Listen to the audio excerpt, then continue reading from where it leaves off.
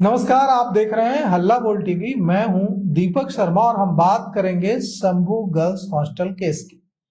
Shambhu girls hostel की जो पीड़िता है, जो छात्रा है, जिसकी जान चली गई, जिसके साथ गलत होने की आशंका, आरोप बार बार पीड़िता की मां लगा रही है, पीड़िता के पिता लगा रहे हैं। वो मां आज रोती हुई राजधानी पटना से जहानाबाद के अपने गांव चली गई है और मां श्राप देकर गई है, कलपती हुई गई है।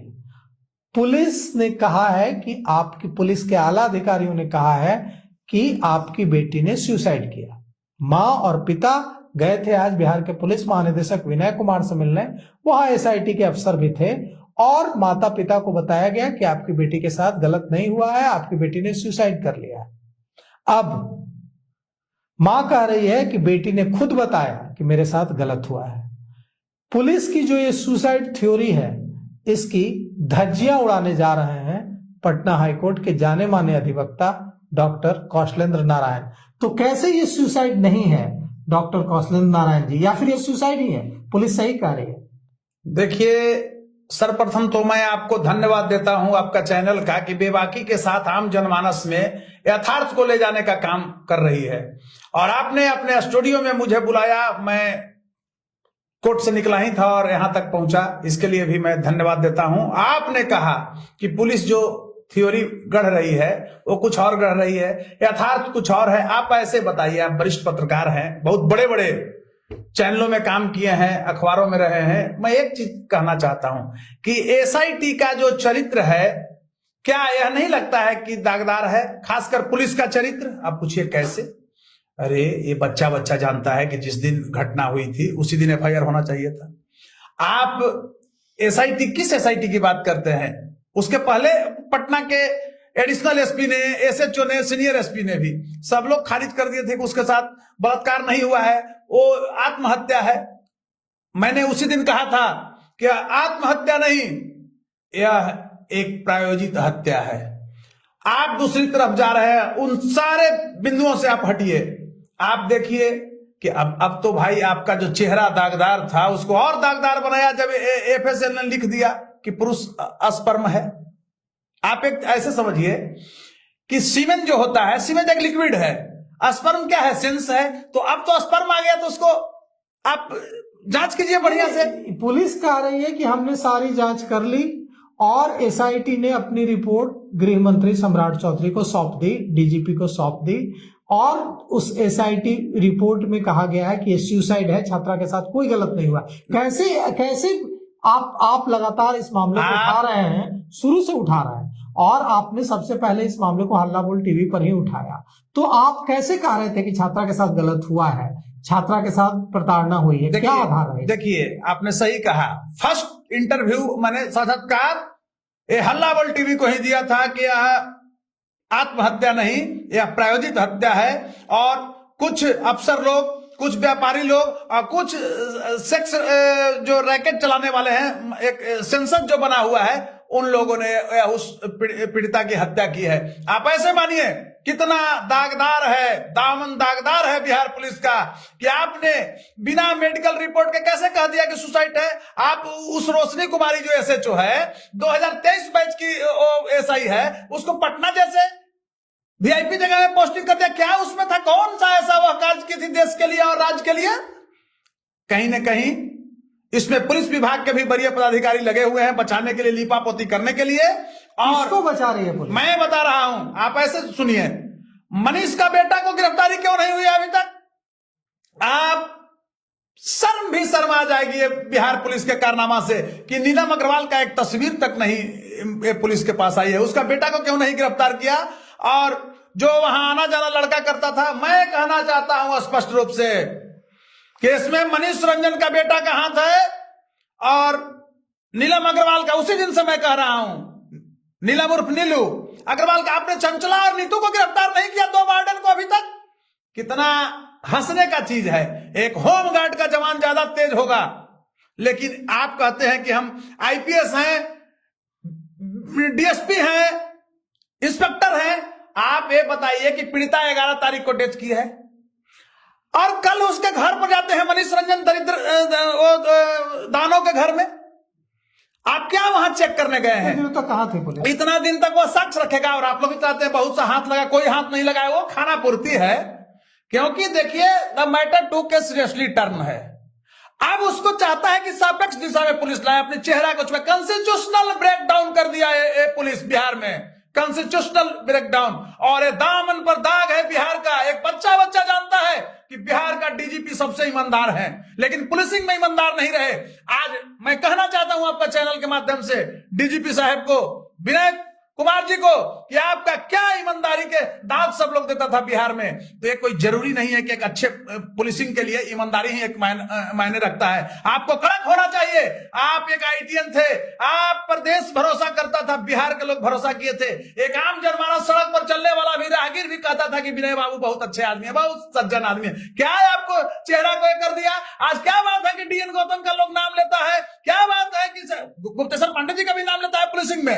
आज आप अभयानंद जी का भी नाम लोग लेता है। अभयानंद की बात हम करेंगे, विनय कुमार की भी बात करेंगे, लेकिन विनय कुमार इस केस की जांच नहीं कर रहे थे ना अभयानंद इस केस की जांच कर रहे थे। इस केस की जांच एसआईटी कर रहे थे। जो स्पेशल इन्वेस्टिगेशन टीम एसआईटी बनी वो कहाँ विफल रही और कहाँ विफल रही? टेक्निकली बताइए, कहाँ विफल रही? बीएनएस और आईपीसी सीआरपीसी के माध्यम से बताइए। मैं बता रहा हूँ, मैं बता रहा हूँ। एसआईटी को पूछना चाहिए था उस एसएचओ से। एसआईटी को पूछना चाहिए, जो कंट्रोलिंग अथॉरिटी पटना का सदर का एडिशनल एसपी होता है, किसी भी मतलब थाने का, पूछना चाहिए था।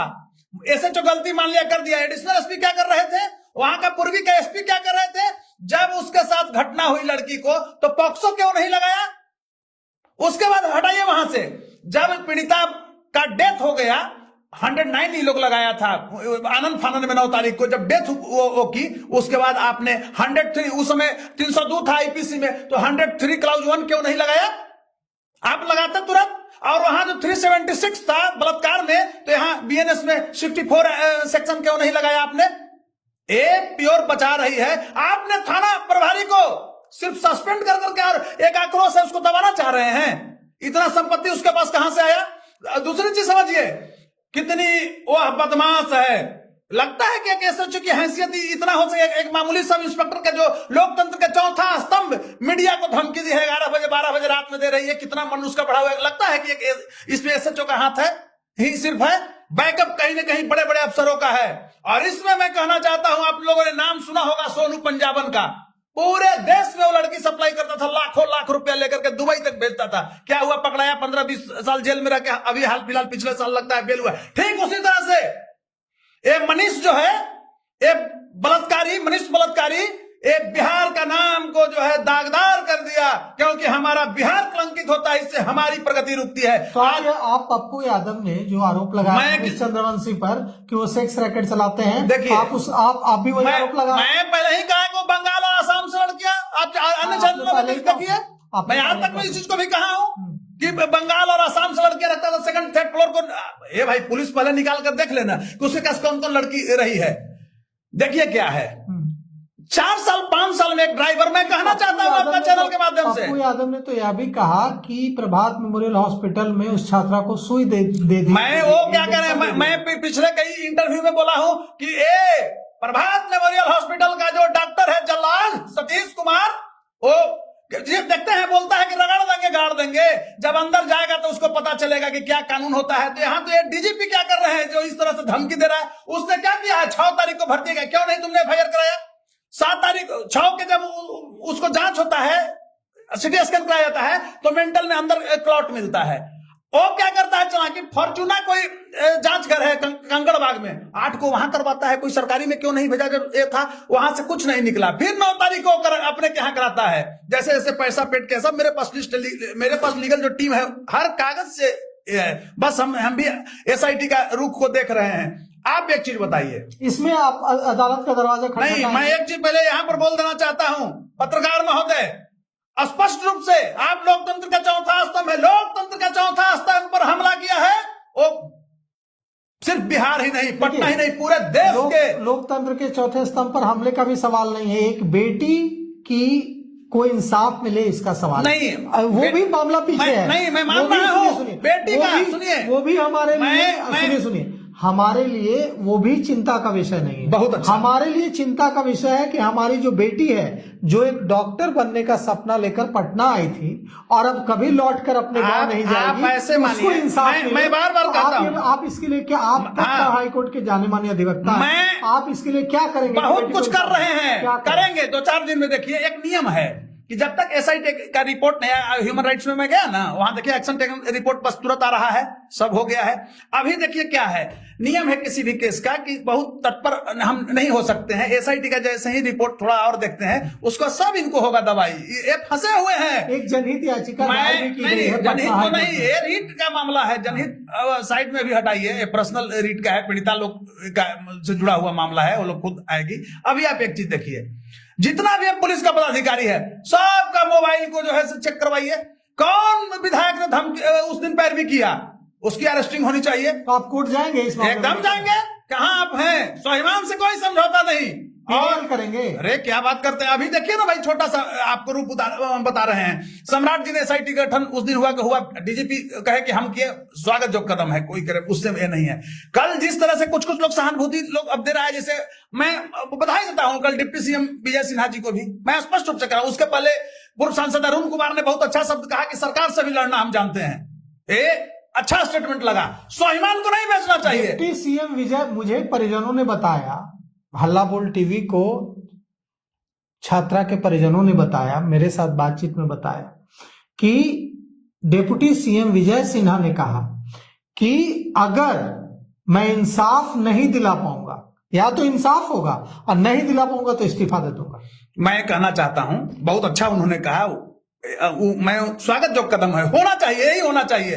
सब कुछ है अपने जगह पर, लेकिन स्वाभिमान से समझौता नहीं होना चाहिए। विजय सिन्हा ने कहा कि मुझे कुर्सी का कोई मोह नहीं है, इंसाफ नहीं दिला पाया तो इस्तीफा दे दूंगा। आज पुलिसिंग का जो चरित्र बिहार में गया, पूरा देश जो है थू थू कर रहा है। बिहार पुलिस से मानक साइट से चला दिया, विदाउट मेडिकल रिपोर्ट। ऐसा कई नियम है, कई नियम है, आप बताइए। दूसरी चीज मैं एक चीज दर्शा रहा हूं आपके सामने कि नीलम अग्रवाल का बेटा का अभी तक मतलब फोटो क्यों नहीं आया। एक नीलम अग्रवाल अभी तक गिरफ्तार क्यों नहीं हुए, पूछताछ भी पुलिस नहीं किया। आखिर कहां खोई हुई है?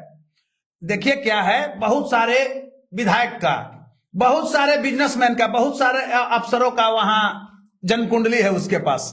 अब ये लोग डर रहा है क्योंकि हर का दामन में दाग है। इतना बड़ा सेक्स, मैं बोला ना कि जिसका गाड़ी चलाता था ए मनीष रंजन, उसका भी सैंपल क्यों नहीं तुमने लिया? उसको क्यों नहीं पूछताछ किया कि 4 साल कौन सा ऐसा संपत्ति तुमने इसको दिया, धन किसे इतना बड़ा हो गया? इसकी जांच होनी चाहिए और इसके लिए तत्पर होना चाहिए। ये क्या है?